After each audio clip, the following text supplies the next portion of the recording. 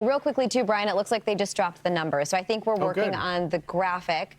We have storms 8 to 14. So remembering, for everybody watching, NOAA puts out a range, unlike CSU, for example. So for storms 8 to 14, hurricanes 3 to 6, and for major storms, major hurricanes 1 to 3. As anticipated, I'd assume. Well, so they even went lower. Okay.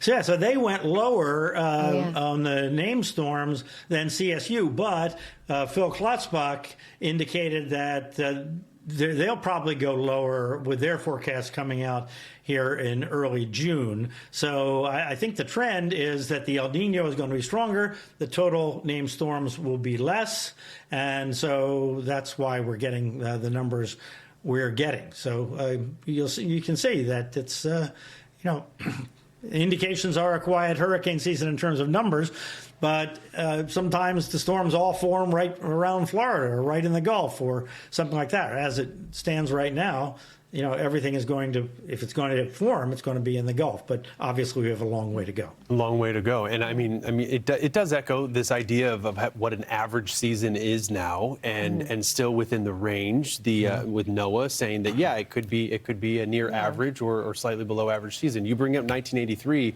and Alicia in Texas, Bryan. That was the first named storm. Similar to Andrew, the A named storm didn't happen until August. Right.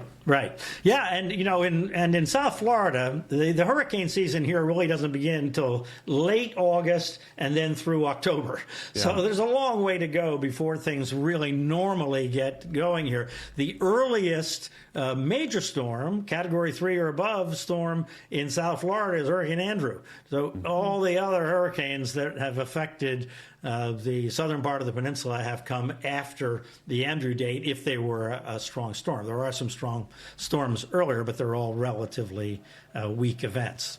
So, it's really, we're a long way away from all this really coming together. It's a toss-up, but as you said, in June, we'll get another update from Colorado State University. But as we'd expect, at this point, there are very few surprises in the outlook world and what you expect for seasonal forecasts. Right. So. Well, and the thing is that the El Niño, the underlying warm water that is going to move into that box south of Hawaii, is we can measure it because you can see it below the surface, and the temperature in that box is changing really rapidly. So, we're going to have an El Niño declared here, I think, maybe by next month, and because an El Niño has a 3-month lag on it, so it has to really be going in that direction for 3 months for them to go ahead and designate it for sure.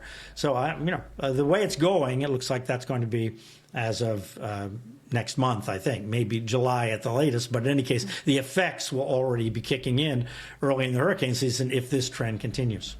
Yeah, and I'd say the positive out of all of this when we talk about numbers and the forecast is people are starting to get in that headspace. So we'll be paying attention always to the Atlantic, but we could have a lot of eyes on the Eastern Pacific as we continue in through the season. Well, Fox Weather Hurricane Specialist Bryan Norcross, appreciate you joining us as NOAA released its forecast for the Atlantic season. And on time. Great work, NOAA. Yes. Good for them. Things are really coming together there. That's right.